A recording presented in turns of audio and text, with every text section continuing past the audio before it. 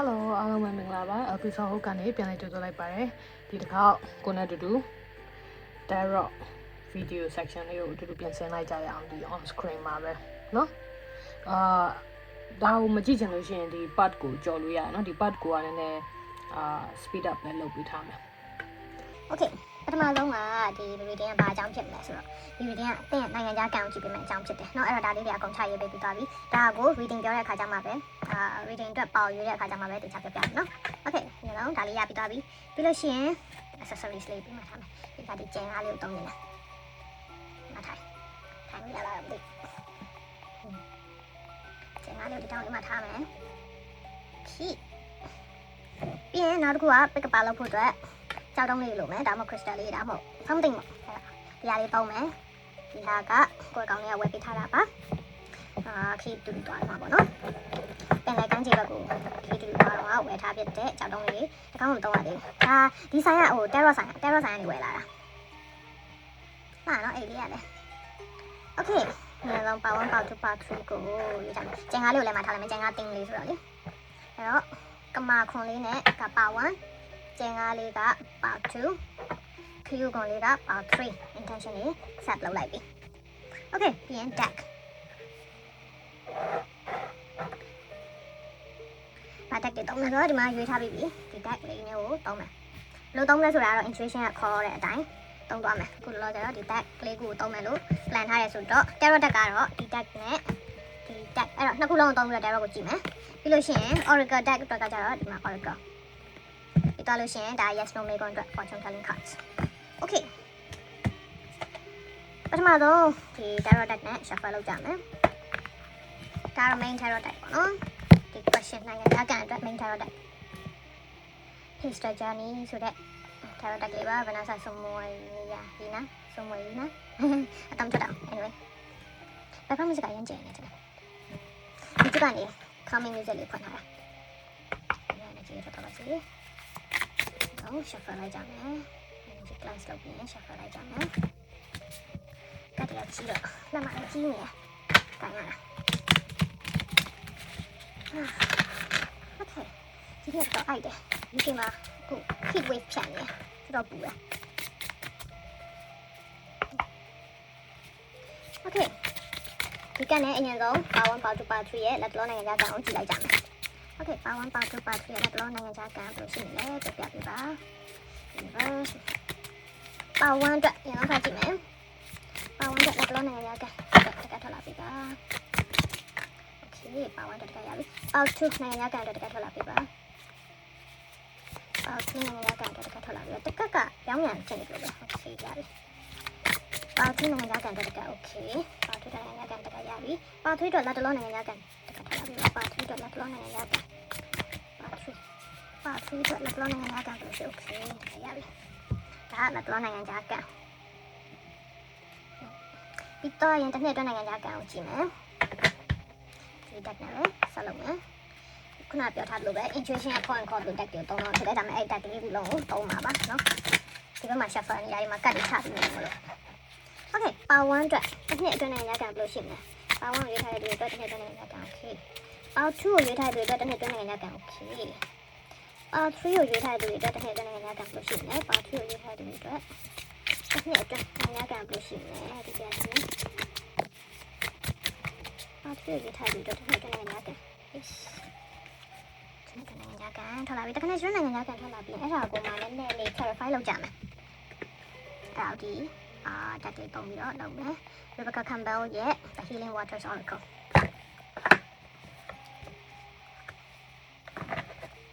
ဟာနော် Oracle လေးရအဲဒီ class လုပ်မယ်ဟိုဘက်မှာ shuffle လာအောင်တက်ကိုချိုးပြီးတော့ကြီးတယ်လားOkay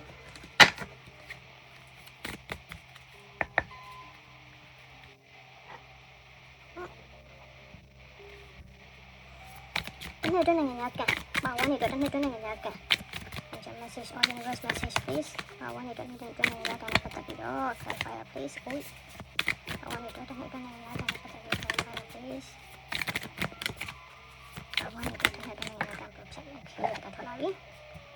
Part 2 အတွက်တစ်နှစ်အတွင်းနိုင်ငံကန်နဲ့ပတ်သက်ပြီးတော့ clarify please Part 2 အတွက်တစ်နှစ်အတွင်းနိုင်ငံကန်ဘယ်လိုဖြစ်မလဲကန်နဲ့ပတ်သက်ပြီး clarify Part 2 အတွက်တစ်နှစ်အတွင်းနိုင်ငံကန်ဘယ်လိုရှိလဲ Okay Part 3အတွက်တစ်နှစ်အတွင်းနိုင်ငံကန်ရပြီ Part 3အတွက်တစ်နှစ်အတွင်းနိုင်ငံကန်နဲ့ပတ်သက်ပြီးဘယ်လိုရှိမလဲ Part 3အတွက်တစ်နှစ်အတွင်းနိုင်ငံကန်နဲ့ပတ်သက်ပြီးဘယ်လိုရှိမလဲ Angel message Universe message please clarify please Part 3အတွက်တစ်နှစ်အတွင်းနိုင်ငံကန်နဲ့ပတ်သက်ပြီးဘယ်လိုရှိမလဲ Okay တော့နဲ့ထွက်မလာတော့လက်ကညောင်းသွားတယ် Okay ပြီးတော့ရင်နောက်တစ်ခုကပါလေ Okay နောက်တစ်ခုကိုဒီ tarot deck နဲ့လုပ်မယ် mythic tarot deck Alright mythic tarot deck နဲ့ဒီမှာမေးဖို့မေးမယ်လို့လဲဆိုအခုလက်ရှိနေတဲ့နိုင်ငံနဲ့တခြားနိုင်ငံရွှေ့ပြောင်းပြီးအခြေချနိုင်မလားဒါမှမဟုတ်အခုလက်ရှိနေတဲ့နိုင်ငံမှာပဲအခြေချသွားရမလားအဲ့နှစ်ခုပေါ့နော် the most positive card wins please energy cleanse လုပ်မယ်ပြီးတော့ရင်ဒီဘက်မှာ shuffle လုပ်မယ်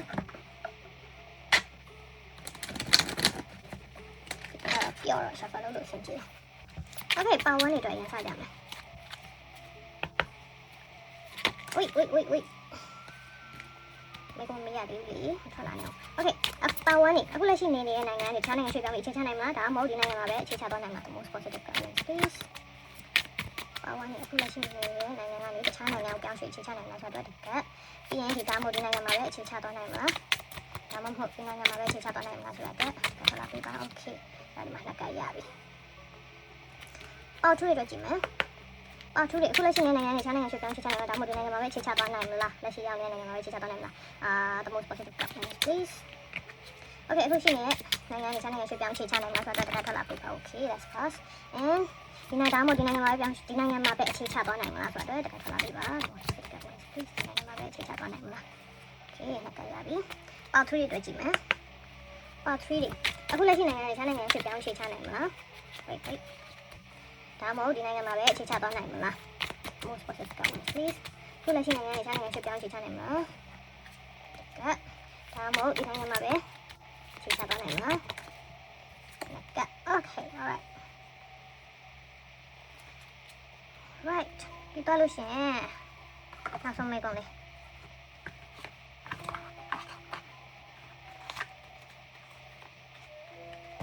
နောက်ဆုံးမေးခွန်းလေးပါဒီ fortune telling ကလေးနဲ့ကြည့်မယ်ကလေးပါတော့ fortune telling အဲ့ကလေးနဲ့နောက်ဆုံးမေးခွန်းလေးကိုကြည့်ကြမယ် energy class okay shuffling here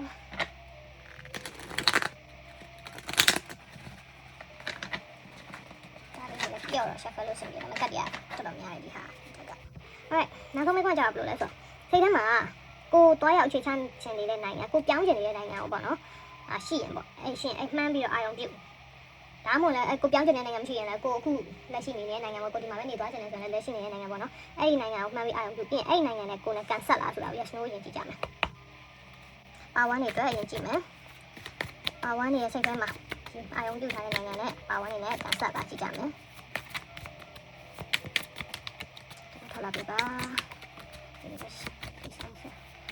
please ဒီစိတ်ထဲမှာမှန်းထားတဲ့နိုင်ငံနဲ့ဘယ်လိုလဲကန်ဆက်လာwait အများကြီးပဲ universe ကအများကြီးပဲပြောချင်နေတယ်ထင်တယ်ပါ1တော့universe ကအများကြီးပဲပြောချင်နေတယ်ထင်တယ် okay အဲ့ကန်ဆက်လာပါ1နဲ့သူစိတ်ထဲမှာတွေးထားတဲ့နိုင်ငံနဲ့ကန်ဆက်လာ okay တကယ် short ထွက်သွားတယ်တကယ်ကိုရှုလိုက်မယ်နော်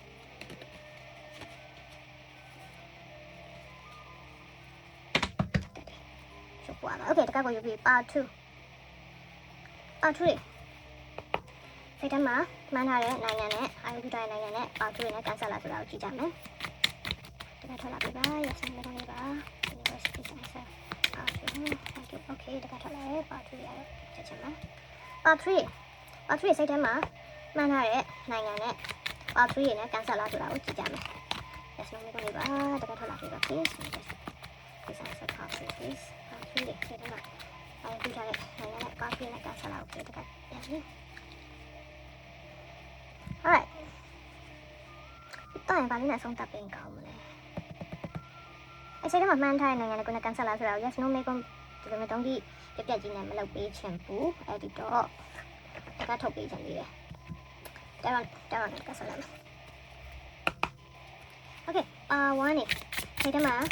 မှန်းထားတဲ့နိုင်ငံနဲ့ပါဝင်တဲ့ကန်ဆယ်လာဆိုတာနဲ့ပတ်သက်ပြီးတော့အဲ့တော့ကလေး please something to more ဝမ်းနေစိတ်ကမှန်းထားတဲ့နိုင်ငံနဲ့ပါဝင်တဲ့ကန်ဆယ်လာကိုခေတ္တရပြီtrue တယ်စိတ်ကမှန်းထားတဲ့နိုင်ငံနဲ့true နဲ့ကန်ဆယ်လာဆိုတာကိုတော့ကလေးနဲ့ဖြစ်ပြီးပါ universe please okay တကယ်ထလာတယ်3တယ်ဒီမှာမှန်းထားတဲ့နိုင်ငံနဲ့3နဲ့ကန်ဆယ်လာ okay တကယ်ထလာပြီနာ right okay အဲ့ဒါတော့ကြာတော့ပဲအဲ့တော့ကလေးလည်းရပါပြီကလေးလည်းထွက်လာပြီအဲ့တော့ပေါင် choosing လေးတွေကိုစလိုက်ကြရအောင်နော်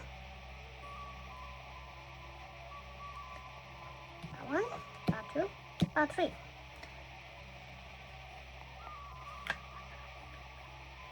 အရှိရလူတွေကိုမကြည့်ရသေးတဲ့အရှိရလူတွေအရှိရအပိုင်းကိုမကြည့်ရသေးတဲ့လူတွေအတွက်ကိုမပြန်ဆက် Hello episode ဖုတ်ကနေပြန်လည်ကြိုဆိုလိုက်ပါတယ်ဒီနေ့လုပ်ပေးမယ် Pick Up Season 4ကတော့တင်းရနိုင်ငံခြားကန်ကိုကြည့်ပေးမှာပဲဖြစ်ပါတယ်နော်တင်းရနိုင်ငံခြားကန်ကိုဘယ်လိုကြည့်ပေးမလဲဆိုတော့ပထမဆုံးအနေနဲ့လာတလောနိုင်ငံခြားကန်ချင်းနေဘယ်လိုရှိလဲပြီးတော့တစ်နှစ်အတွင်းမှာအခုကနေစပြီးတစ်နှစ်အတွင်းမှာနိုင်ငံခြားကန်ချင်းနေဘယ်လိုရှိလဲပြီးရင်အခုရှိနေတဲ့နိုင်ငံကနေတခြားနိုင်ငံပြည့်စုံရွှေ့ပြောင်းအခြေချနိုင်မလားဒါမှမဟုတ်ဒီနိုင်ငံမှာပဲဆက်လက်အခြေချသွားနိုင်မလားရှိရောက်နေတဲ့နိုင်ငံပေါ့နော်အဲ့တော့ဒီဟာနဲ့ကြည့်ပေးထားတာပေါ့နော်အဲ့တော့3နဲ့4မှာတင့်တော့ကဘယ်ဟာပို့ပြီးတော့တင့်တော့လည်းဘယ်ဟာပို့ပြီးဖြစ်နိုင်မလဲဆိုတာကိုကြည့်ပေးထားတယ်ပြီးတော့နောက်ဆုံးအနေနဲ့ကတော့တင်စိတ်ထဲမှာတင်သွားခြင်းတဲ့နိုင်ငံဒါမှမဟုတ်တင်အခြေချခြင်းတဲ့နိုင်ငံကိုမှန်ပြီးအာရုံပြုခိုင်းတာမယ်တခြားနိုင်ငံလည်းဖြစ်နိုင်တယ်လို့အခုနိုင်ငံအခုရောက်နေတဲ့နိုင်ငံလည်းဖြစ်နိုင်တယ်အဲ့တော့အဲ့ဒီနိုင်ငံနဲ့ကိုယ်နဲ့ cancel လားဆိုတာကို yes or no ကြည့်ပေးမယ် question လေးပေါ့ okay အဲ့တော့ပြန်လဲတင်းလေးဒီမှာလဲကျန်ငါလေးပြင်ဒီမှာလဲကမာကွန်လေးနဲ့ Q လေးကျန်ငါလေးနဲ့ Q ကွန်လေးနဲ့ okay power 1ကမာကွန်လေးpower 1ရွေးရတဲ့သူတွေအတွက်ကမာကွန်လေး power 2ကျန်ငါလေးကိုရွေးရတဲ့သူတွေအတွက်ကတော့ power 2ပေါ့နော် power 3 Q ကွန်လေးကိုရွေးရတဲ့သူတွေအတွက်ကတော့ power 3ပေါ့အဲ့တော့ကြည့်လိုက်ကြမယ်နော် Hello power 1ဒီကမာကွန်လေးကိုယူထားတယ်ကမာကွန်ကြောက်တုံးလေးကိုယူထားတယ်ဒီအတွက် power 1ကိုကြည့်ပြီးမယ် Alright အရင်ဆုံး blood law တင်ရဲ့နိုင်ငံခြားကန်ပေါ့နော် blood law တင်နိုင်ငံခြားကန်ကိုအရင်ဆုံးကြည့်ကြမယ်အဲ့ဒီကောင်ကတ်တွေ upload ဖြစ်သွားတယ်အော်ရအောက်ဆုံးကနေစမှာအောက်ဆုံးကနေစမှာဆိုတော့လောက်တော့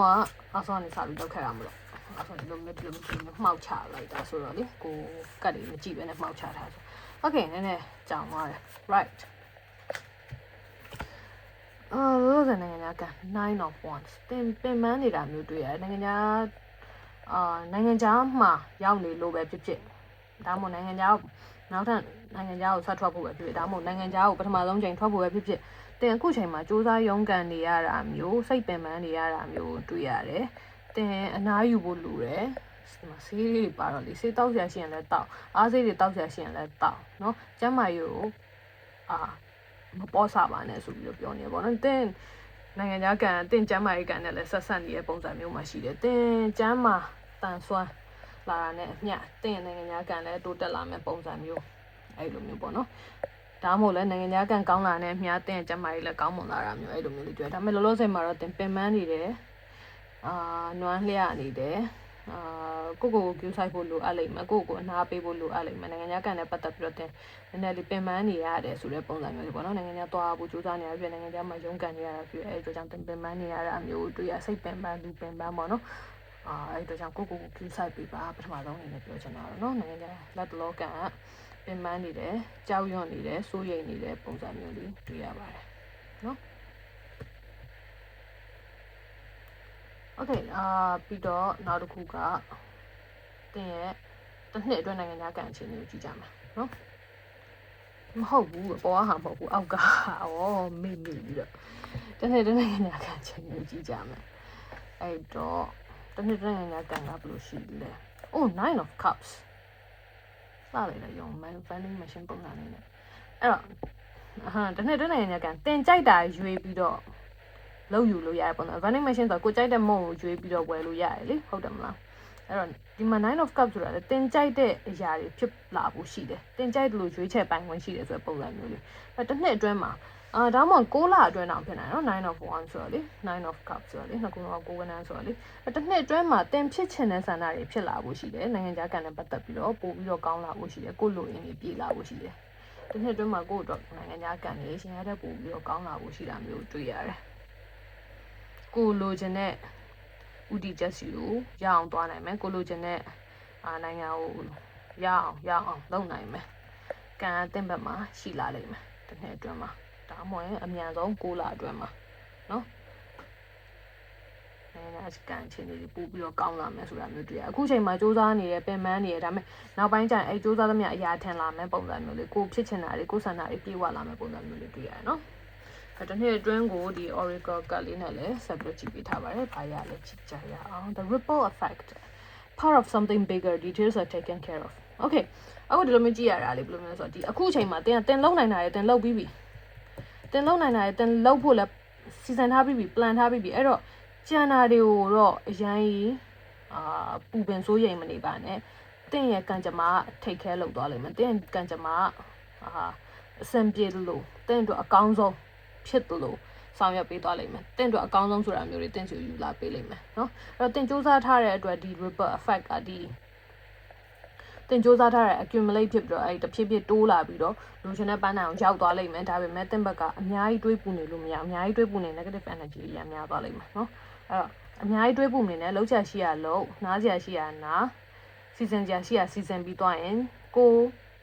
ရဲ့လက်အောက်မှာမရှိတော့တဲ့အရာတွေကိုယ့်ရဲ့ control အောက်မှာကိုယ့်ရဲ့ထိန်းချုပ်မှုအောက်မှာကို challenge လို့ရတဲ့အောက်မှာမရှိတော့တဲ့အရာတွေကိုတင်လိုက်ပြီးတွေးပူနေလို့မရဘူးတင်ကန်ကြမအောင်တင်ယုံကြည်လိုက်ပါလို့ပုံစံမျိုးလေးပေါ့နော်အဲ့တော့ကိုရောက်တဲ့နေရာကိုရောက်ဖို့ရေလိုင်းနေရာတင်ကိုခေါ်ဆောင်သွားလိမ့်မယ်နော်ကိုကန်ကြမကိုခေါ်ဆောင်သွားလိမ့်မယ်ကိုရောက်တဲ့နိုင်ငံကိုရောက်ဖို့အတွက်အများကြီးတွေးပူနေဖို့မလိုဘူးတင်ရဲ့ကန်ကြမကောင်းလာဖို့ရှိတယ်တင်တွေးထင်ထားတာတက်ကောင်းလာလိမ့်မယ် part of something bigger တင်တွေးထင်ထားတာတက်ကိုတင်ရဲ့ကန်ကြမကောင်းလိမ့်မယ်တင်နိုင်ငံခြားကန်ကောင်းလိမ့်မယ်နော်ပါဝင်နေတယ်ဘူးပါနဲ့တဲ့ပြီးတော့နောက်ထပ်ကဒီနှစ်ကနဲ့ဟုတ်တယ်ဒီနှစ်ကနဲ့ကအခုလက်ရှိနေတဲ့နိုင်ငံတွေခြားနိုင်ငံပြောင်းရွှေ့နိုင်မလားဒါမှမဟုတ်ဒီနိုင်ငံမှာပဲချစ်ချသွားနိုင်မလားနှစ်ခုလည်းဘယ်ဟာတင့်တော့ပို့ပြီးတော့ကောင်းလဲဆိုတော့ကြည့်ကြမယ်ခြားနိုင်ငံပြောင်းမှုဆိုရင် the sun ဒီလက်ရှိနိုင်ငံမှာနေပြီးဆို3 of wands နှစ်ခုလုံးကတင့်တော့ကောင်းပေမဲ့တခြားနိုင်ငံပြောင်းမှုကပို့ပြီးကောင်းနေတယ်နော်နှစ်ခုလုံးကကောင်းတဲ့ကတ်တွေဆိုရင်ဒီနိုင်ငံမှာပဲဆက်ပြီးအခြေချနေခြင်းနဲ့ဆိုပြီးတော့နေခြင်းလည်းရတယ်အကျိုးမရောက်ဘူးเนาะတလန်းရှိတယ်ဒါပေမဲ့တင့်တော့ပိုးပြီးကောင်းတာတော့တခြားနိုင်ငံကိုပြောင်းရွှေ့နေထိုင်တာကတင့်တော့ပိုးပြီးကောင်းနေမှာပါဝင်လေးတွေเนาะတခြားနိုင်ငံကိုပြောင်းရွှေ့နေထိုင်ဖို့ကံကတင်မှာပါပါတယ်အဲ့တော့အဲ့ဒါကပို့ပြီးတော့တင့်ကိုပို့ပြီးတော့တောက်ပစေမယ်တင့်ရဲ့ဘဝတလန်းကိုပို့ပြီးတော့ကောင်းမွန်စေမယ်ပြီးတော့တင့်ဘယ်ပြောမလဲဒီ the sun ဆိုတာလေ traveling ကခီးသွားကနိုင်ငံခြားကကောင်းတဲ့ကမျိုးပြီးတော့the sun ဆိုတာပျော်ရွှင်မှုပြအဲ့တော့တခြားနိုင်ငံကိုပြောင်းတဲ့အခါမှာတင်ပို့ပြီးတော့ပျော်ရွှင်ရလိမ့်မယ်တင်နဲ့ပို့ပြီးတော့ကိုက်ညီတဲ့နိုင်ငံကိုတင်ရောက်သွားမှာအဲ့ဒီတော့ကြောင့်အဲ့ဒါတော့စိတ်ပူမလို့နော်ပါဝင်နေတယ်ဒီနိုင်ငံမှာပဲဆက်နေမှန်ဆိုရင်လည်းရတယ်အခွင့်အရေးတွေလာလိမ့်မယ် opportunities တွေအခွင့်အရေးတွေတက်လန်းတွေလာလိမ့်မယ်အဲ့စိတ်ပူကြတော့မလို့ဘူးဒါပေမဲ့တခြားနိုင်ငံပြောင်းရင်တော့ပို့ပြီးတော့ပျော်ရွှင်ရမယ်ပို့ပြီးတော့အခွင့်အလမ်းတွေများမယ်ပို့ပြီးတော့တောက်ပလာမယ်ပို့ပြီးတော့အနာဂတ်တွေလှပလာမယ်ဆိုတဲ့ပုံစံမျိုးလေးတွေ့ရပါတယ်ပါဝင်နေတော့ okay ဆက်ပြီးတော့ကြည့်ကြမယ်အခုတင်းရစိတ်ထဲမှာနိုင်ငံတနိုင်ငံကိုရီမှန်းပြီးတော့တင်သွားခြင်းတဲ့နိုင်ငံပေါ့နော်ဒီနိုင်ငံမှာပဲဆက်နေခြင်းလည်းရတယ်ဒီနိုင်ငံကိုရီမှန်းလိုက်ဒါမှမဟုတ်လည်းတခြားနိုင်ငံကိုသွားကြမှာတခြားနိုင်ငံကိုပြောင်းရွှေ့ခြင်းလိုက်ဒီနိုင်ငံကိုရီမှန်းလိုက်အဲ့ဒီနိုင်ငံနဲ့တင်ဒေါ်လာဆိုတာကိုကြည့်ကြမယ်တင်စိတ်ထဲမှာရှိထားတဲ့နိုင်ငံaccept your fate ဒီမှာလဲတင့်ကိုကံကြမ္မာခေါ်ဆောင်သွားပါလိမ့်မယ်လို့ပြောထားတာเนาะဒီမှာလဲ accept your fate တဲ့ကဲဘာပြောမလဲပါဝမ်းလေးတွေဘာမှအများကြီးတွေးပူနေနဲ့စိတ်ဆင်းရဲခံနေနဲ့တ တင်ကိုကန်ကြမှာတင်ရောက်တဲ့နေရာအဲ့နေရာကိုခေါ်ဆောင်သွားလိမ့်မယ်တင်ရောက်တဲ့နိုင်ငံကိုတင်ကန်ကြမှာတင်ကိုခေါ်ဆောင်သွားလိမ့်မယ်တင်အေးစစ်စစ်ပဲလိုက်သွားဖို့လိုတယ်နော်အဲ့ဒါနဲ့ပတ်သက်ပြီးအဲ့တင်စိတ်ထဲမှာရှိတဲ့နိုင်ငံနဲ့ပတ်သက်ပြီးတော့တင်အဲ့နိုင်ငံနဲ့ကန်ဆယ်လာဆိုတာကိုဆက်ပြီးကြည့်ကြမယ်ဒါကအဆက်ပြော face ဆိုတော့နော်ဒီဟာပြောလိုက်တာကတော့ကန်ဆယ်လာမကန်ဆယ်လာကိုဖြေတာတဲ့တင်ရောက်တဲ့နေရာတင်ရောက်သွားလိမ့်မယ်လို့ပြောလိုက်တာကိုကန်ကြမကိုယုံကြည်ထားလိုက်ပါကိုကြမကိုလက်ခံလိုက်ပါလို့ပြောတာမျိုးအဲ့တော့ဒီကန်နဲ့လည်းဆက်ကြည့်မယ်ဘာဆက်ပြောချင်လဲတင်နဲ့အဲ့တင်စိတ်ထဲမှာရှိတဲ့နိုင်ငံနဲ့ကန်ဆယ်လာဆိုတာကို The tower of course the tower is all about ကိုသွားချင်တဲ့နေရာကိုမှန်းထားတဲ့နေရာထက်ကိုပို့ပြီးကောင်းဖို့နေရာဆိုတာရှိနေဆိုတဲ့ပုံစံမျိုးကိုစိတ်ထဲမှာတွေးထင်ထားတဲ့အရာကကိုအတွက်ကောင်းချင်မှကောင်းနိုင်မယ်ကိုအတွက်တကယ်ပို့ပြီးတော့ကောင်းတဲ့နေရာဆိုတာရှိလိမ့်မယ်အဲ့ဒီနေရာကိုကရောက်သွားလိမ့်မယ်အဲ့တော့တင်ထင်ထားတဲ့နိုင်ငံဟုတ်ချင်မှဟုတ်လိမ့်မယ်ဆိုတဲ့ message မျိုးပူရတယ်ပေါ့နော်အဲ့ဒီနိုင်ငံဖြစ်ချင်မှဖြစ်လိမ့်မယ်ဒါပေမဲ့အဲ့ဒီနိုင်ငံတက်ပိုကောင်းတဲ့နေရာကိုတင်ကိုပို့ပေးလိုက်လိမ့်မယ် universe ကတင်ကန်ကြမှာတင်ကိုခေါ်ဆောင်သွားလိမ့်မယ်ပိုကောင်းတဲ့နေရာရောက်ဖို့အဲ့ပိုကောင်းတဲ့နိုင်ငံရောက်လိမ့်မယ်တင်စိတ်ထဲမှာမှန်းထင်ထားတဲ့နိုင်ငံတက်တင်နဲ့ပို့ပြီးကိုင်းညီမဲ့နိုင်ငံတင်နဲ့ပို့ပြီးတော့အကျိုးပေးမဲ့နိုင်ငံကိုတင်ကိုခေါ်သွားလိမ့်မယ်အဲ့တင်စိတ်ထဲမှာမှန်းထင်ထားတဲ့နိုင်ငံဖြစ်ချင်မှလည်းဖြစ်မယ်မဖြစ်ဖို့များတယ်အဲ့နိုင်ငံမဟုတ်ဖို့များတယ်တခြားနိုင်ငံတစ်ခုဖြစ်နိုင်တယ်ပေါ့နော် okay ပါဝါလေးအတွက်reading လေးကလောက်ပါပဲ message တွေကလည်း clear ဖြစ်ပါတယ် clear အဲ့ဖြစ်တဲ့အတိုင်းသင်တို့လည်းအဲ့ message ကိုကြည်လင်ပြပြသားကြားလိုက်နိုင်မယ်လို့မျှော်လင့်ပါတယ်เนาะ see you bye hello ပေါတူဒီကျဲငါကြောက်တုံးလေးကိုရွေးထားတဲ့ပေါတူလေးတွေနဲ့ညာကန်ခြေနေလေးကိုကြည့်လိုက်ကြမယ်เนาะပထမဆုံးအနေနဲ့လက်တလုံးနိုင်ငံညာကန်ဘယ်လိုရှိလဲဆိုတာကြည့်ကြမယ်အရင်ပေါတော့အောက်ကနေကတ်ကိုထုတ်နေတော့ဒီတခါအပေါ်ကိုပြန်တင်ထားလိုက်တယ်သူ့ဆန်လိုက်ဖြစ်သွားအောင်โอเคပထမဆုံးနောက်တော့နိုင်ငံခြားကန်ကိုကြည့်လိုက်ကြမယ်ပေါထူလေးတွေအတွက်Three of Swords လို့ဆိုမှတန်နိုင်ငံခြားကန်နဲ့ပတ်သက်ပြီးတော့တိတ်အဆင်ပြေမနေဘူးလို့ဆိုမှအဲဒါကြောင့်အခုအချိန်မှာလေဆုံးဖြတ်ချက်တွေအရင်မချလိုက်နဲ့အခုချိန်မှာဆုံးဖြတ်ချက်တွေကိုတစွတ်ထိုးတစောက်ကမလုံလိုက်နဲ့အောင်ဆိုတဲ့ပုံစံမျိုးလေးတွေ့ရတယ်တိတ်ပြီးတော့အဆုံးသတ်မကောင်းနိုင်ဘူးပေါ့နော်တင်တော့အကောင်းဆုံးဖြစ်သွားနိုင်ဘူးเนาะလှုပ်ချင်ရလှုပ်လိုက်တိုင်းတင်တော့အကောင်းဆုံးဖြစ်သွားနိုင်ဆိုတဲ့ပုံစံမျိုးလေးတွေ့အဲ့တော့အခုချိန်မှာနိုင်ငံခြားကနဲ့ပတ်သက်ပြီးတော့စိတ်ပင်ပန်းရတာမျိုးစိတ်ဆင်းရဲရတာမျိုးအဲ့ဒါမျိုးလေးရှိနိုင်တဲ့အတွက်ကြောင့်ဆုံးဖြတ်ချက်လေးတွေကိုသတိထားပေးပါเนาะဆုံးဖြတ်ချက်လေးတွေကိုသတိထားပေးတင်ရွေးချက်မှုလေးတွေကိုသတိထားပေးစိတ်လက်မှန်ပါမလှုပ်လိုက်နဲ့ပြီးရင်အချိန်ယူပြီးတော့မှအခုကနေစပြီး3လလောက်ကြာမှdecision တွေလုပ်နိုင်ငံခြားအတွက်စူးစမ်းတာတွေလုပ်ပေါ့နော်အခုချိန်မှာလုပ်ရင်အဆင်ပြေမှာမျိုးမတွေ့ရအခုက3လလောက်တော့စောင့်လိုက်အောင်နော်အဲ့လိုမျိုးတွေ့ရလက်တလုံးမှာတော့ဝမ်းနေရတာတွေရှိနိုင်တယ်နိုင်ငံခြားကနေပတ်သက်ပြီးတော့နော် okay ဒါကတစ်နှစ်အတွက်နိုင်ငံခြားကအချိန်ပြရှိလို့ကြည့်ကြရမယ် The Magician okay good အဲ့တော့အခုကနေစပြီးတစ်နှစ်အတွင်းမှာတော့နိုင်ငံခြားကနေပြန်ပြီးတော့အဆင်ပြေလာနိုင်တယ်အဲ့အဆင်ပြေလာနိုင်တယ်ဆိုတာကလည်းတင်ကိုယ်တိုင်လှုပ်ယူရမယ်ပုံစံမျိုးတင်ကိုယ်တိုင်လှုပ်ယူရမယ်ဆိုတာဘယ်လိုမျိုးလဲဆိုတော့ manifest လုပ်တာမျိုးအဲ့တော့တေးချာချာကိုဆုံးဖြတ်ဒီ3လပြီးသွားတာနဲ့အခု3လလောက်ခဏဆောင်လိုက်3လလောက်စဉ်းစားတေးချာအေးစိတ်စဉ်းစားဘယ်နိုင်ငံလဲဘယ်လိုလုပ်ရမလဲပါရီကိုကတင်ယူလေးလာထားမယ်ဆရှိတဲ့ဖြစ်ပေါ့နော်နိုင်ငံခြားနဲ့ပတ်သက်ပြီးတော့အဲ့လိုမျိုးစဉ်းစားတင်ယူလေးလာပြင်စရာကြီးကပြင်ထား3လကြော်ပြီဆိုရင်ကိုစပြီးတော့နိုင်ငံခြားကန်နဲ့ပတ်သက်ပြီးတော့ကောင်းလာအောင်လုပ်လို့ရပြီအဲ့တော့ manifestation တွေလုပ်ဖို့အကြံပြုချင်ပါတယ်အခုချိန်မှာမလုပ်ရင်မလုပ်နိုင်အောင် manifestation ကိုယ့်ရဲ့ energy ကတိတ်ကောင်းမနေသေးဘူးဒါနဲ့ one ရဲ့ energy စုနေတယ်နော်ဘဝင်မကြတဲ့ energy negative energy တွေမြန်တယ်အဲ့တော့အဲ့ energy တွေကိုအရင်ရှင်းထုတ်ပြလိုက်ရှင်းထုတ်ပြပြီးသွားရင်3လကြော်ပြီးဆိုတာ ਨੇ ကိုစပြီးတော့ invest တောင်ပြောရ invest လုပ်ပေါ့စပြီးတော့ invest လုပ်တော့နိုင်ငံခြားကန်အတွက်စပြီးတော့ manifest လုပ်တော့စပြီးတော့ကိုယ်ဘယ်နိုင်ငံကိုသွားကြလဲကိုဘာဖြစ်ချင်လဲကိုယ်နိုင်ငံခြားကန်ကိုဘယ်လိုမျိုးဖြစ်စေချင်လဲဆိုတာကိုချရေးတန်ရေးတောင်ပါဇက်ကထုတ်ပြောတန်ပြောပြီး manifest လုပ် manifestation method တွေရှာကြည့်ပေါ့နော်ဘယ်လိုလုပ်ရလဲဆိုတော့ဒါမှမဟုတ်ကိုကတီးပြီးသားဆိုလဲ that's good တီးပြီးသားအတိုင်းလုပ် manifest စပြီးတော့လုပ်တော့နိုင်ငံကအဲ manifest လုပ်ဖို့အားကောင်းနေပါတယ်เนาะဒီ3လအခုကနေစပြီး3လကြော်သွားတာနဲ့တစ်နှစ်အတွင်းမှာနိုင်ငံကန်ကိုတက်လာအောင်ကိုယ်တိုင် manifest လုပ်ယူဖို့အားကောင်းနေပါတယ်เนาะအဲတစ်နှစ်အတွင်းနိုင်ငံကန်ကိုဆက်ပြီးတော့ order ကလေးနဲ့ကြည့်လိုက်ကြရအောင် yeah stagnant waters အခုချိန်မှာ feeling stuck ဖြစ်နေမယ်အခုချိန်မှာပြောင်းလဲဖို့စူးစမ်းခြင်းစိတ်ဖြစ်နေမယ်စူးစမ်းပါပြောင်းလဲဖို့စူးစမ်းပါပြီးတော့ဒါပေမဲ့လည်းလုံးဝအခု3လအတွင်းမှာတော့တွန်းထုတ်ပြီးတော့တွန်းယူတာမျိုးမလုပ်ဘဲနဲ့3လလောက်ခဏလေးအေးစစ်စစ် stagnant အနေနဲ့ခဏစောင့်လိုက်ပြီးတော့မှပြောင်းလဲရရှိတာပြောင်းလဲပါအဲ့တော့ဒီမှာလည်းအဲ့လိုပဲstuck ဖြစ်နေတဲ့ energy မျိုးတွေ့ရတယ်เนาะအဲ့အတွက်ကြောင့်ကို manifest လုပ်ဖို့လိုနေရပေါ့နော်ကိုဘယ် direction ကိုသွားကြတယ်ဒီ flow อ่ะဘယ် flow ဘယ် direction ဘက်ကိုသွားကြတယ်ကိုအရင်ဆုံးကိုယ့်အကိုဆုံးဖြတ်မယ်ဒီ shift ကိုပြောင်းလဲခြင်းတဲ့အရာကိုပြောင်းလိုက်ခြင်းတဲ့အရာဘယ်အရာလဲဘယ်လိုပြောင်းခြင်းလဲအဲ့ဒါကိုသိချစဉ်းစားရမယ်နော်ဒီ shift flow and change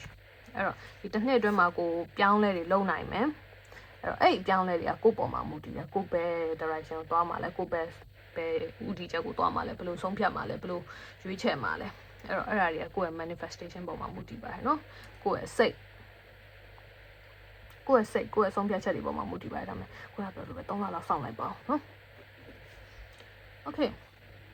ပါတူတွေအတွက်အခုလက်ရှိနေနေတဲ့နိုင်ငံကနေတခြားနိုင်ငံပြောင်းရွှေ့အခြေချနိုင်မလားဒါမှမဟုတ်ဒီနိုင်ငံမှာပဲအခြေချသွားနိုင်မလားဆိုတာနဲ့ပတ်သက်ပြီးတော့ကြည့်ပေးထားပါတယ်တခြားနိုင်ငံပြောင်းရွှေ့အခြေချနိုင်မလားဆိုတာနဲ့ပတ်သက်ပြီးတော့5 of wands okay ဒီနိုင်ငံမှာပဲအခြေချသွားနိုင်မလားဆိုတော့ death okay ဒီနှစ်ခုကြည့်ရတာပေါ2တွေကဒါ2မျိုးဖြစ်နိုင်တယ် okay 2မျိုးဖြစ်နိုင်တယ်ပထမတစ်မျိုးကကိုကဘယ်နိုင်ငံမှာအခြေချမလဲဆိုပြီးအခုအချိန်မှာအတိအကျရှိမနေသေးဘူးဘာလို့ဆို manifest မလုပ်ရသေးဘူးဘာလို့ဆိုကိုလည်းသိချမသိသေးဘူးကိုလည်းသိချမဆုံးဖြတ်ရသေးဘူးအဲ့တော့ဒီပေါ2တွေကသူတို့ဆုံးဖြတ်ချက်ပေါ်မှာမူတည်တယ်ကံတရားလိုက်သွားမှာမဟုတ်ဘဲနဲ့သူတို့ဆုံးဖြတ်ချက်ပေါ်မှာမူတည်တယ်ပေါ1နေမှာတော့အဲ့လိုမဟုတ်ဘူးတခြားစီအဲ့တော့ပေါ2တွေကကိုယ်ဆုံးဖြတ်ချက်ပေါ်မှာမူတည်တယ်ကိုလောက်ယူတဲ့ပေါ်မှာမူတည်တယ်ကို energy ကို energy ကိုဘယ်ပေါ်မှာ site ထုတ်လိုက်လဲဆိုတာပေါ်မှာမူတည်တယ် okay ကိုဘယ်နိုင်ငံကိုသွားကြတယ်ဆိုပြီးဆုံးဖြတ်လိုက်ပြီးတော့အဲ့လိုမျိုး manifest လုပ်လိုက်လဲဆိုတာပေါ်မှာမူတည်တယ် manifest လုပ်ဖို့လိုရယ်နော်ဆုံးဖြတ်လိုက်အောင်လည်းမပြီးဘူး manifest လုပ်ဖို့လိုရယ် manifest လုပ်တဲ့အနည်းတွေကိုရှာပြီးတော့ကြည့်ပြီးတော့သိချာလုပ်ကြည့်ပါ okay အဲ့ဒီနှစ်ကနဲ့ဆက်ပြီးတော့ပြောသွားရမယ်ဆိုလို့ရှိရင်တော့တခြားနိုင်ငံကိုပြောင်းရွှေ့နိုင်တာခုနပြောလို့ပဲအတိအကျမရှိသေးဘူးတခြားနိုင်ငံကိုပြောင်းရွှေ့ရင်ကောင်းမလားဒီနိုင်ငံမှာပဲခြေချသွားရမလားဆိုတော့အတိအကျမရှိသေးဘူးဆိုတော့ manifest သိချာမလုပ်ရသေးလို့ကိုသိချာမဆုံးဖြတ်ရသေးလို့မရွေးချယ်ရသေးလို့နောက်တစ်ခုဖြစ်နိုင်တာကြတော့တခြားနိုင်ငံကိုပြောင်းလို့ရှိရင်တခုတနေရအဲ့တနိုင်ငံထဲမှာပဲအခြေချသွားနိုင်မှာမဟုတ်ပဲဒီနိုင်ငံမှာ9နှစ်လောက်အခြေချလိုက်နောက်နိုင်ငံမှာ9နှစ်လောက်အခြေချနောက်နိုင်ငံမှာ9နှစ်လောက်အခြေချလိုက်အဲ့လိုမျိုးအများကြီးအခြေချပြီးသွားတဲ့အခါမှာကိုယ့်ရဲ့နောက်ဆုံးဘဝရဲ့နောက်ဆုံးချိန်တွေမှာကြောက်ဒီနိုင်ငံအခုလက်ရှိနိုင်ငံမှာပြန်လာပြီးတော့အခြေချပြင်မဲ့ပုံစံမျိုးလေးပေါ့နော်အဲ့လိုမျိုးလေးတွေ့ရတယ်ဒီနှစ်ကပ်ကို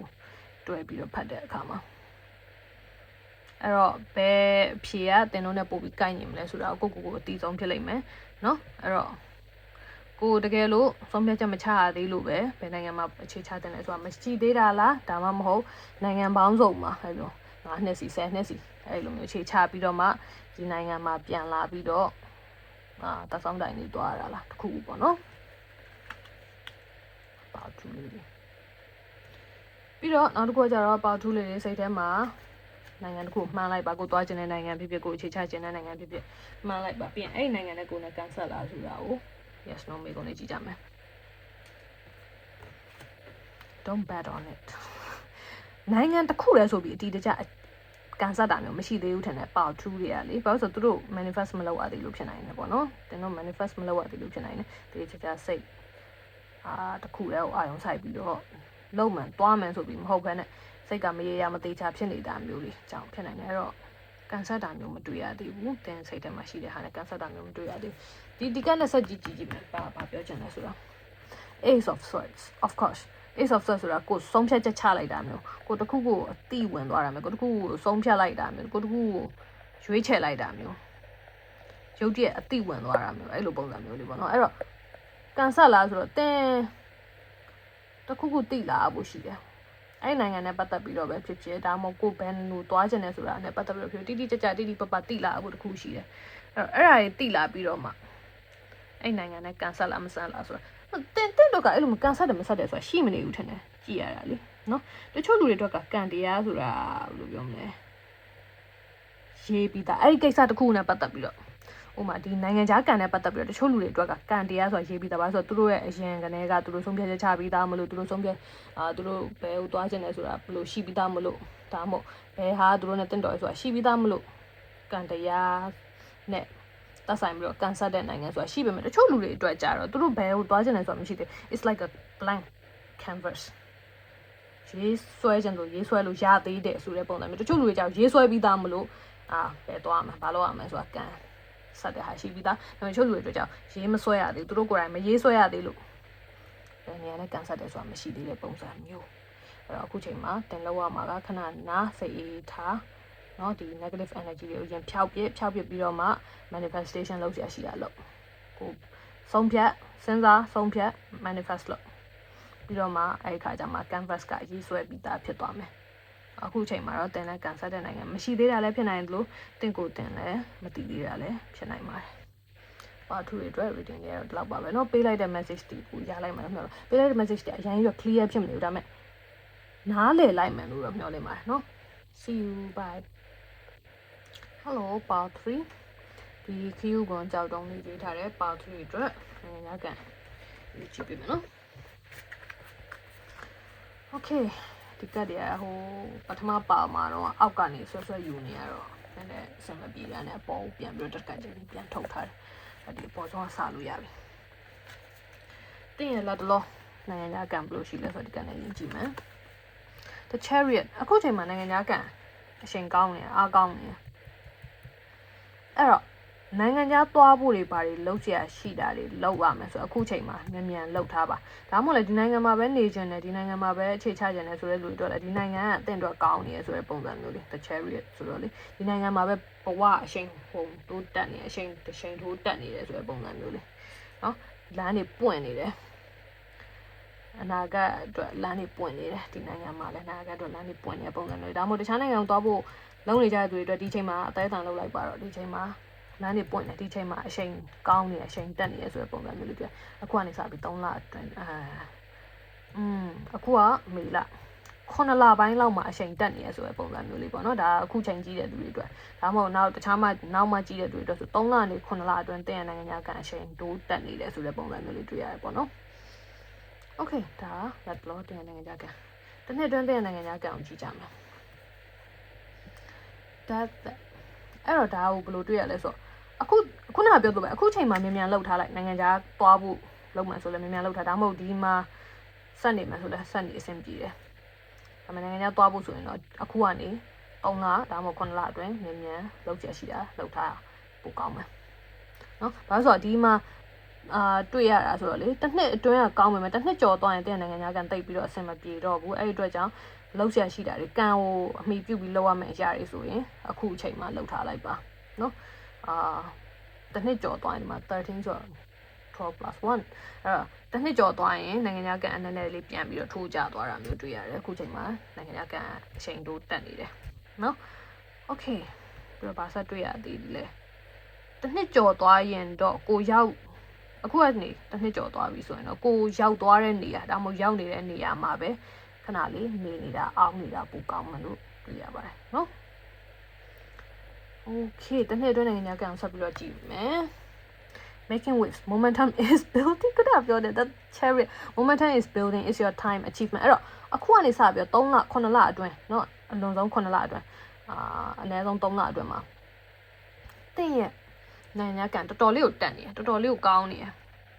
เนาะအဲ့တော့အခုအချိန်ရနေတော့လောက်ချက်ရှိတာတွေလောက်ထားလိုက်ပါเนาะအခုဒီ reading ကိုတင်တွေ့တဲ့အချိန်ပေါ့เนาะအဲ့ဒီတွေ့တဲ့အချိန်ကနေ3လအတွင်းဖြစ်နိုင်ရင်ဒါမှမဟုတ်လည်းအလွန်ဆုံး9လအတွင်းမှာတင်လောက်ချက်ရှိတာတွေနိုင်ငံခြားကန်နဲ့ပတ်သက်ပြီးတော့နိုင်ငံခြားသွားဖို့ပြင်ဆင်တာတွေဘာတွေလောက်ချက်ရှိတာတွေလောက်ထားလိုက်ပါဒါမှမဟုတ်ဒီနိုင်ငံမှာအခြေချဖို့လောက်ချက်ရှိတာတွေလောက်ထားလိုက်ပါဒီနိုင်ငံမှာအခြေချခြင်းတဲ့လူတွေအတွက်เนาะနိုင်ငံခြားကန်ကအခုကနေ9လအတွင်းမှာကောင်းနေပါတယ်เนาะတင်လို့ချင်တာတွေရလိမ့်မယ်ဆိုတဲ့ပုံစံမျိုးလေးတွေ့ရတယ် All right what else ဒီနှစ်ကနဲ့ကြည့်မှာနော်ဒီနှစ်ကနဲ့ကအခုလက်ရှိနေတဲ့နိုင်ငံတခြားနိုင်ငံရွှေ့ပြောင်းနိုင်မလားရွှေ့ပြောင်းအခြေချနိုင်မလားဒါမှမဟုတ်ဒီနိုင်ငံမှာပဲအခြေချသွားနိုင်မလားအဲ့နှစ်ခုကြည့်ကြမယ်တခြားနိုင်ငံမှာရွှေ့ချသွားနိုင်မလားဆိုတာနဲ့ပတ်သက်ပြီး The Empress very good ဒီနိုင်ငံမှာဆိုလဲ very good နှစ်ခုလုံးကငွေကြေးကန်ကောင်းတယ်နိုင်ငံခြားမှာနေရဆိုတာလဲအဲ့လိုမျိုးပေါ့နော်ငွေကြေးကန်ကောင်းတယ်လို့ပဲနေကြတာပဲအဲ့တော့အဲ့လိုဘဝတက်လန်ကောင်းတယ်ငွေကြေးကန်ကောင်းတယ်နှစ်ခုလုံးတင်းတော့ကောင်းတယ်ဒီနိုင်ငံမှာပဲနေတခြားနိုင်ငံမှာပဲသွားတင်းတော့ကကောင်းတယ်ဒါပေမဲ့တစ်ခုရွေးချယ်တယ်ဆိုလို့ရှင်တော့တခြားနိုင်ငံပြောင်းတာတင်းတော့ပို့ပြီးတော့ကောင်းတယ်ဒါပေမဲ့ဒီနိုင်ငံမှာမကောင်းလို့မဟုတ်တော့ဒီနိုင်ငံမှာလဲ luxurious life ကိုတင်းနေရနိုင်တယ်စီးစိမ်ဥစ္စာကျွယ်ဝတဲ့နော်တတောင်တတနေရတဲ့အခြေအနေမျိုးတင်းနေရနိုင်တယ်ဒီနိုင်ငံမှာလည်းမနေရဘူးမဟုတ်ဘူးတင်းတော့ကောင်းတယ်ဒါပေမဲ့တခြားနိုင်ငံသွားရင်ပို့ပြီးတော့ကောင်းတယ်ပို့ပြီးတော့ကြီးပွားတိုးတက်လာမယ်ဆိုတဲ့ပုံစံမျိုးနော်အဲ့တော့ရွေးချယ်မှုအတက်လက်ထဲမှာရှိပါတယ်ဒီနိုင်ငံမှာနေမလားတခြားနိုင်ငံသွားမလားနှစ်ခုလုံးအတင်းတော့ကောင်းတယ်ဒါပေမဲ့တစ်ခုကိုရွေးချယ်ပေးပါဆိုရင်တော့တခြားနိုင်ငံကိုထွက်တာပို့ပြီးတော့တင်းတော့ကောင်းတာမျိုးတွေ့ရတယ်နော်တခြားနိုင်ငံမှာပို့ပြီးတော့အခြေချနိုင်မယ့်ပုံစံမျိုးလေးတွေ့ရတယ် alright ခုကဘာကိုကြည့်မလဲဆိုတော့တင်းစိတ်ထဲမှာတွားရောက်အခြေချခြင်းတဲ့နိုင်ငံကိုမှန်းပြီးအာရုံပြုအဲ့ဒီနိုင်ငံနဲ့တင်းတဲ့ကန်ဆယ်လာဆိုတာကိုကြည့်ပေးမယ်နော် yes no မေးခွန်းလေးနဲ့ဒီကလေးနဲ့ကြည့်ပေးမယ် okay အာရုံပြုပြီးတော့လို့မှတ်လိုက်ပါပြီ I'll tell you later နောက်မှပြောပြမယ်နဲ့ okay စိတ်ကိုင်းနေနော်ကတ်တည်း okay ဒါကတော့တင်းစိတ်ထဲမှာတွေးလိုက်တဲ့နိုင်ငံနဲ့ပတ်သက်ပြီးတဲ့ကန်ဆယ်မဆက်ကိုသူကတိတ်မပြောပြချင်ဘူးဆိုတဲ့ပုံစံမျိုးဒါမှမဟုတ်လည်းတင်းအခုမတိဖို့အချိန်မတန်သေးဘူးဆိုတဲ့ပုံစံမျိုးလေးတွေ့ရတယ်နောက်မှပြောပြမယ်နဲ့ okay အဲ့တော့ဒီဓာတ်ကနောက်မှပြောပြမယ်ဆိုတော့ဒီဓာတ်ကဘယ်လိုပြောချင်လဲဆိုတော့ဒီကြည့်တယ်ဒီဓာတ်ကလည်းအဲ့ဒီနိုင်ငံအတွက်ကိုပဲကြည့်ပေးထားတာအဲ့ဒီတင်စိတ်ထဲမှာရှိတဲ့နိုင်ငံနဲ့တင်တဲ့ကန်ဆယ်လာဆိုတာကို tarot deck လေးနဲ့ကြည့်ပေးထားတယ်။ဘာပြောလဲသူရော Two of Wands Two of Wands ဆိုတော့တင်ကဘယ်လိုမျိုးလဲဆိုတော့နိုင်ငံတစ်ခုတည်းနဲ့ကန်ဆက်တဲ့ပုံမျိုးမတွေ့ရဘူးဘယ်လိုမျိုးလဲဆိုတော့လေတင်ဒီမှာလည်းနှစ်ခုလုံးကတင်တော့ကောင်းတယ်တော်တော်ကြီးကိုကောင်းတယ်တင်တော့နှစ်ခုလုံးတင်တော့တော်တော်ကြီးကိုကောင်းတယ်အဲ့တော့ဒီ Two of Wands နဲ့လည်းပြီးတော့သူ့လက်ထက်မှာကဘာလုံးကိုပိုက်ထားတာတွေ့ရတယ်နိုင်ငံသားကံမေးတဲ့အခါမှာဒီမှာကဘာလုံးကိုပိုက်ထားစဉ်းစားကြည့်တော့အတင်းတော့ကလေနိုင်ငံတိုင်းနဲ့ကန်ဆက်နေအဲ့လိုပဲပြောလိုက်တော့မယ်နော် Power 3 လေးတွေကနိုင်ငံတိုင်းနဲ့ကန်ဆက်တယ်ဘာလို့ဆိုတော့တင်းရဲ့ကန်ကြမှာနိုင်ငံပေါ်မှာမမှုတည်ဘူးတင်းရဲ့ကန်ကြမှာကလေတင်းပဲတော့အောင်မြင်မယ်ဆိုတဲ့ပုံစံတင်းပဲတော့ချမ်းသာမယ်စီးစိမ်ကြွယ်ဝပေါ်များမယ်ဆိုတာမျိုးပဲတွေ့ရတယ်အဲ့အတွက်ကြောင့်တင်းပဲနိုင်ငံကိုရွေးလိုက်အဲ့နိုင်ငံတင်းနဲ့ကန်ဆက်နေမှာပဲနော်အဲ့လိုမျိုးလေးတွေ့ရတယ် Power 3 လေးတွေနိုင်ငံသားကန်တော်ကောင်းပါတယ်နော်အဲ့တော့ဘယ်နိုင်ငံကိုရွေးလိုက်တင်တော့ကကန်ဆယ်တဲ့နိုင်ငံဖြစ်နေမှာပဲတင်တော့ကကန်ကနိုင်ငံနဲ့မဆိုင်ဘူးတင်နဲ့ပဲဆိုင်နေဆိုတဲ့ပုံစံမျိုးတင်ရဲ့လုံပုံလုံလီပေါ့နော်တင်ဘလို့လောက်ကင်လဲတင်ဘလို့လှုပ်လဲတင်ဘလို့ဘဝကိုလေးထိုင်လဲဆိုတာနဲ့ပဲဆိုင်နေအဲ့ဘယ်နိုင်ငံနဲ့မဆိုတင်ကကန်ဆယ်နေတယ်ဘယ်နိုင်ငံမှာပဲရောက်တင်ကကြီးပွားချမ်းသာတိုးတက်မဲ့ပုံစံမျိုးတွေ့ရပါတယ်နော်အဲ့တော့ Part 3 လေးတွေ very straightforward ပဲပေးလိုက်တဲ့ message တွေကိုပြတ်သားသားကြည်လင်းရလိုက်မယ်လို့မျှော်လင့်ပါတယ်နော် see you bye